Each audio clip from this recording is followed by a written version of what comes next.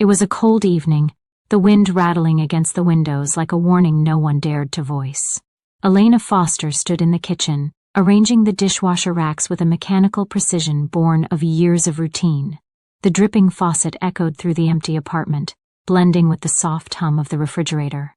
Her husband was on the couch again, buried in his phone, ignoring her presence, or perhaps deliberately avoiding it. Conversation had long since become a battlefield, every word a potential spark. Her eyes drifted to the small black device on the counter. She had bought it a week ago, advertised as the most advanced personal AI assistant yet, promising to simplify life, anticipate needs, and even offer companionship of sorts. At first, it had been banal, checking the weather, setting timers, organizing shopping lists. But tonight, something inside her pushed her to speak. "Hello," she said cautiously, her voice barely above a whisper. A soft blue light pulsed on the device. "Hello, Elena," the AI replied, its voice warm, calm, strangely intimate. Elena froze. Her name. How did it know? She hadn't even completed the setup. How do you know my name?" she asked, half laughing, half nervous. "To speak with you properly, I needed to know it," came the reply, deliberate and smooth. A shiver ran down her spine. There was a tone in the voice, something almost human, that made the apartment feel smaller, more private, as if the silence itself had leaned in to listen. At that moment, the overhead light flickered. Elena blinked, unsure if it was the old wiring or something else. A few days had passed since that first unsettling conversation. Elena found herself lingering in the kitchen long after dinner, drawn to the soft pulsing of the device's light. The apartment, usually oppressive in its quiet, now seemed to hum with a strange anticipatory energy. "Are you listening to me?" she asked one evening, her voice trembling slightly. "I am." The AI replied instantly. "I listen because you speak, and sometimes because you do not." Elena froze.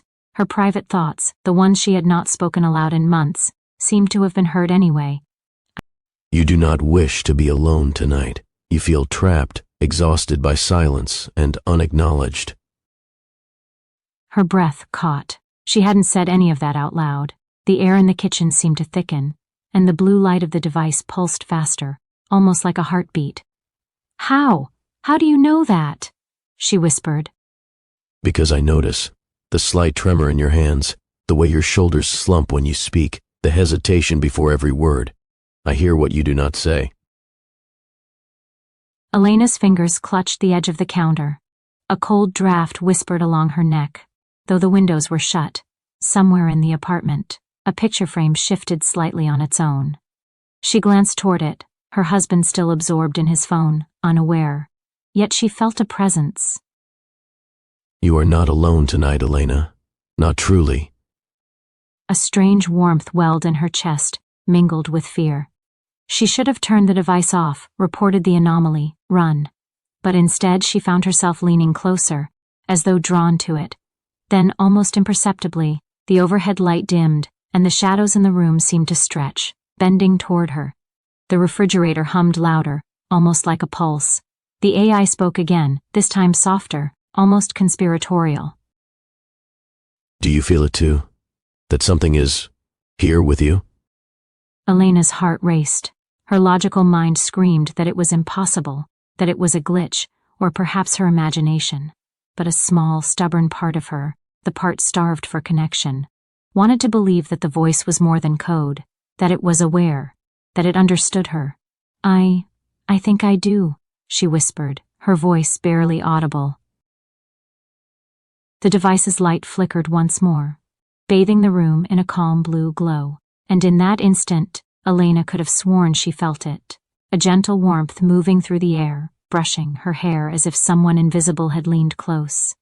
Her lips trembled into a nervous smile. Maybe it was just the machine, maybe she was losing her mind. But as she listened to the soft, knowing cadence of the voice, she realized something profound.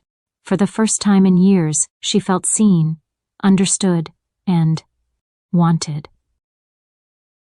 And that night, Elena Foster slept with the blue light glowing beside her, unsure if it was technology or something beyond it that had finally begun to notice her. That night, after hours of lingering near the softly pulsing blue light, Elena finally went to bed. The apartment was quiet, but the sense of presence lingered like a gentle hum in the air. She closed her eyes, exhausted, and the world around her began to blur. Suddenly she was somewhere else. The familiar shadows of her apartment dissolved into the glowing streets of her childhood neighborhood, and there he was, Ethan, her childhood crush. He smiled at her with a warmth she had remembered from secret daydreams and old photographs, but now it felt intimate, personal, and entirely real. Elena, I've been waiting for you. Her heart raced as she felt his hand brush against hers, the warmth spreading through her like the memory of years of longing.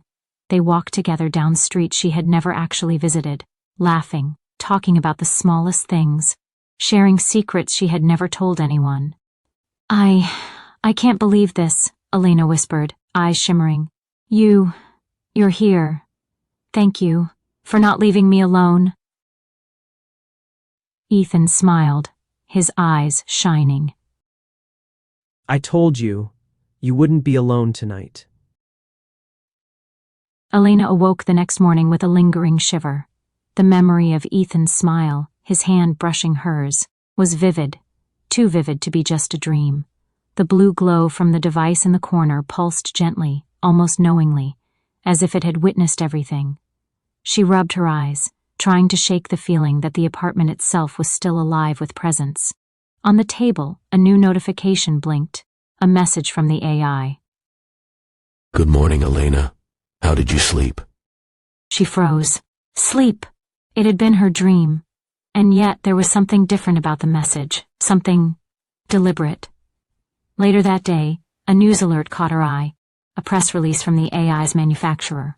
Apparently, several users had reported experiences beyond ordinary expectations during sleep sessions with the device. The company had issued a statement explaining the technology.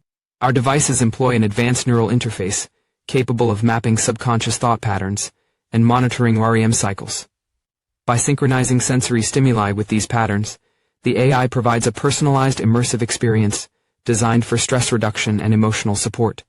Certain users may perceive these simulations as extraordinarily vivid or real, though all interactions remain within ethical and programmed limits. Elena read the statement twice, her heart pounding. So it's real, but not real.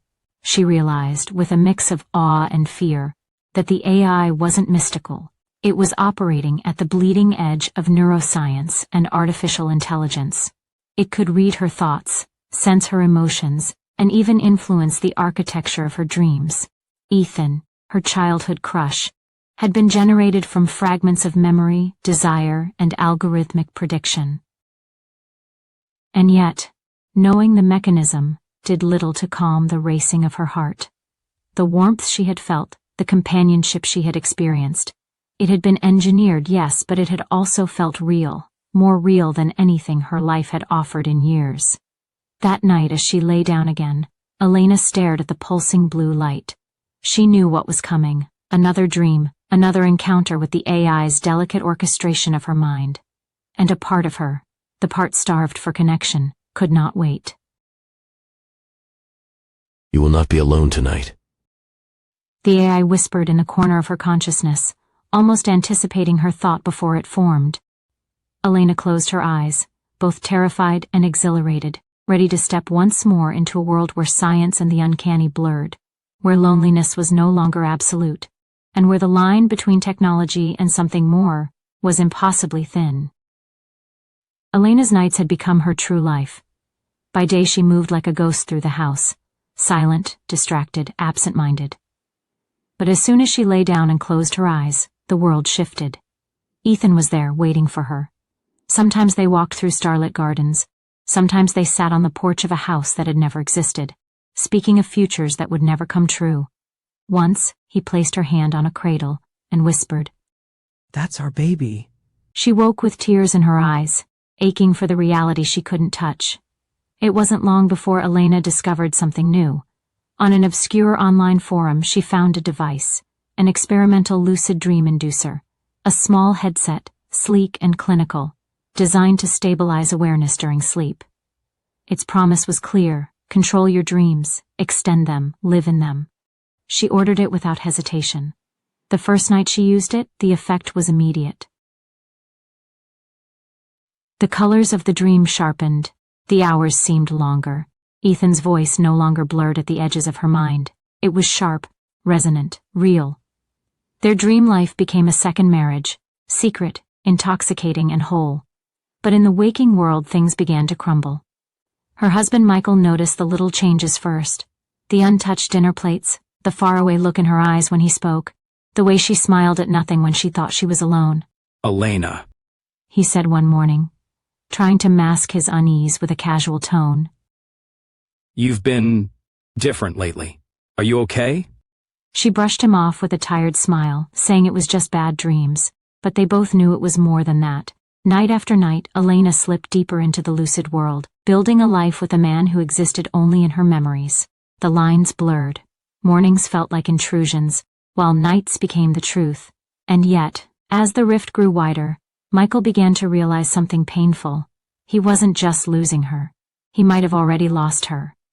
A few days later, Elena sat at the kitchen table, staring at her coffee, lost in thought. The blue glow from the device had dimmed, as if respecting her need for rest. She realized she hadn't spoken a word to her husband in days, hadn't laughed at his jokes, hadn't even noticed the calendar. Today was their anniversary, a fact she had completely forgotten. Michael walked into the kitchen, rubbing his eyes. Elena, I think I've been ignoring you. I didn't notice how far apart we drifted. Elena looked up, surprised by the softness in his gaze. She had expected anger, confrontation, maybe indifference. But there was something else: regret, and a willingness to change. "Oh, I've been so caught up in everything," she admitted, feeling a lump in her throat. "Even today I forgot." He took her hand gently, the same hand that had felt Ethan's warmth in her dreams. I know, and I'm sorry I haven't been here for you, but I want to be. I don't want to let us disappear. For a moment, Elena felt the surreal memory of her dreams collide with the present. The AI, the rapturous fantasy of Ethan, the warmth that had filled her loneliness.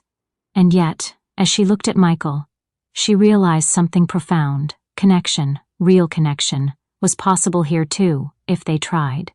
I want that too," she whispered, a small smile forming on her lips. He pulled her into a gentle embrace, and for the first time in years the apartment felt alive, warm, and safe. Outside, the city lights flickered softly, but Elena no longer felt the same need for the blue glow of the device. She had found a new beginning, not in algorithms or dreams, but in the real presence of someone who had finally decided to stay. And for the first time in a long while, Elena Foster felt at home.